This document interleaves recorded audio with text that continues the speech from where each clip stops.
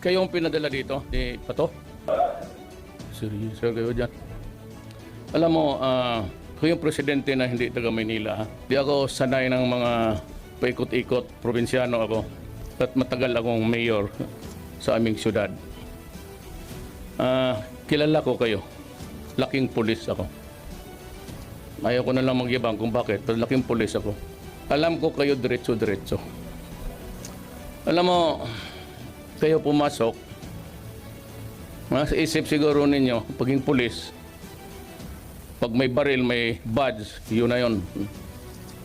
At naghahanap ng hanap buhay, dagdag sa sahod ninyo. Alam ko na ang sahod ninyo maliit. Kaya nga ako naghanap ng pera at inuna ko kayo.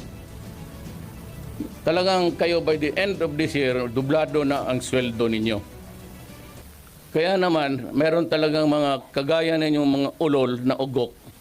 Putang ina, hindi kayo na gusto niyo mas habang pulis kayo, mas marami. Yan ang problema ninyo. Gusto ko yung ihulog dyan putang inang Pasig na yan. Pero wag na lang, kasi itong human rights, kung anong nakikita naman sa buhay ng isang taga-gobyerno na gustong disiplinahin kayo. Gusto ko, palinisin ko kayo ng magbalik kayo dito, mag-swimming trunks. Linisin niyo yung Pasig River. Inumin niyo kasi madumi. Putang ina kayo. Bata pa naman kayo lahat. Kailangan ko ng pulis sa South. Kulang ang pulis sa Basilan kasi maya't maya pinagpaputok-putok yung mga istasyon doon, ubos. Kayo, lahat ngayon nandito. Kasali kayo sa task force sa South. Padala ko kayo sa Basilan. Tumira kayo doon ng mga 2 taon. Kung lumusot kayo buhay, balik kayo dito.